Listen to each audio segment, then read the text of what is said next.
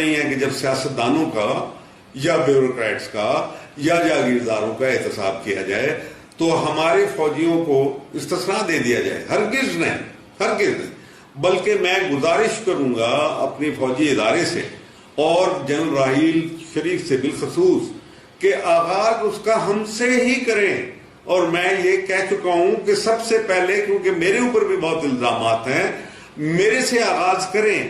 اور میں نے تو قسم کھائی ہوئی ہے اس ملک کے لیے کہ میں اس کے اوپر جان دوں گا. وہ قسم ساقط نہیں ہوئی میرے ریٹائر ہونے کے بعد.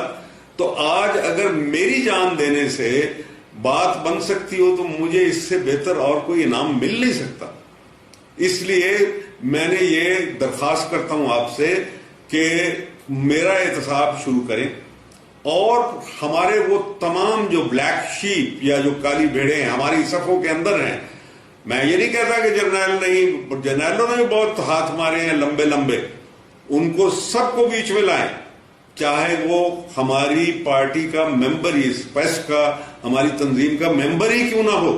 اور کئی ایسے ہیں جو ہمارے ممبرز ہیں، ان کو بھی بے شک پکڑیں. ہماری طرف سے کوئی اعتراض نہیں آئے گا اور ہم عنقریب ایک ریزولوشن بھی بھیجیں گے جس کے اوپر کہیں گے کہ ہمیں کوئی اعتراض نہیں اگر کوئی ہماری تنظیم کا ممبر اس کے اوپر ہاتھ ڈالا جاتا ہے اور یہ پوچھا جائے جیسے حضرت عمر رضی اللہ تعالی عنہ سے پوچھا گیا تھا کہ عمر یہ تم چادر کہاں سے تمہیں اتنی ملی کہ تمہارا قمیض بن جاتی، تم لمبے آدمی ہو، بیت المال سے تو ایک چادر ملی تھی.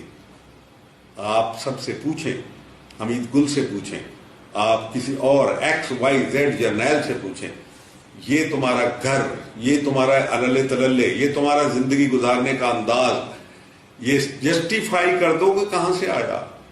اور اگر وہ جسٹیفائی نہیں کر سکتا تو بحق کے سرکار ضبط کریں اور اس کو پھانسی چڑھائیں یا جو بھی اس کو سزا دینا چاہتے ہیں چاہے کریں. آپ اس کے لیے آپ کا خزانہ بھر جائے گا. میں خدا کی قسم کھا کے کہتا ہوں کہ آپ کو کسی چیز کو، اس حکومت کو کچھ اور لینے کی ضرورت نہیں ہوگی. آپ کے لیے راستے بہت